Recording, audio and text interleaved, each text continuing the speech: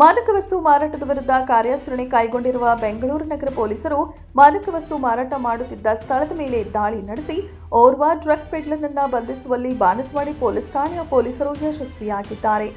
Banaswadi police ಠಾಣೆಯ ವ್ಯಾಪ್ತಿಯಲ್ಲಿ ಅಪರಿಚಿತನೋರ್ವ ನಿಷೇಧಿತ ಮಾದಕ ವಸ್ತುವನ್ನ ಮಾರಾಟ ಮಾಡುತ್ತಿರುವುದಾಗಿ ಮಾಹಿತಿಯೊಂದು ಪೊಲೀಸ್ ಇನ್ಸ್ಪೆಕ್ಟರ್ ಸುದರ್ಶನ್ ಅವರಿಗೆ ಲಭ್ಯವಾಗಿರುತ್ತೆ.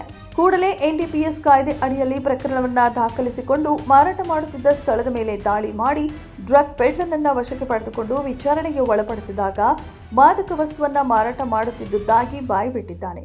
ಬಂಧಿತ ಡ್ರಗ್ ಪೆಡ್ಲರ್ನಿಂದ 48 ಲಕ್ಷ ರೂಪಾಯಿ ಮೌಲ್ಯದ 240 ಗ್ರಾಂ ಹೆರಾಯಿನ್ ಅನ್ನ ಬಾಣಸವಾಡಿ ಪೊಲೀಸ್ ಠಾಣೆಯ ಪೊಲೀಸರು ವಶಕ್ಕೆ ಪಡೆದುಕೊಂಡಿದ್ದಾರೆ. ಬಾಣಸವಾಡಿ ವ್ಯಾಪ್ತಿಯಲ್ಲಿ 240 ಗ್ರಾಮ್ಸ್ MDMA ಅದು ಅಂದಾಜು 48 ಲ್ಯಾಕ್ ವ್ಯಾಲ್ಯೂ ಇದೆ. ಅದರಲ್ಲಿ ಒಬ್ಬ ಲೋಕಲ್ ಆರೋಪಿ ಅವರು ಸಿಕ್ಕಿದರು. ಇದನ್ನು ಕನ್ಸ್ಯೂಮರ್ಸ್ ಮಾಹಿತಿ ಆಧಾರದ ಮೇಲೆ ಇವರು ಮಾಡಿದ್ದಾರೆ. ತುಂಬಾ ಒಳ್ಳೆ ಕೆಲಸ.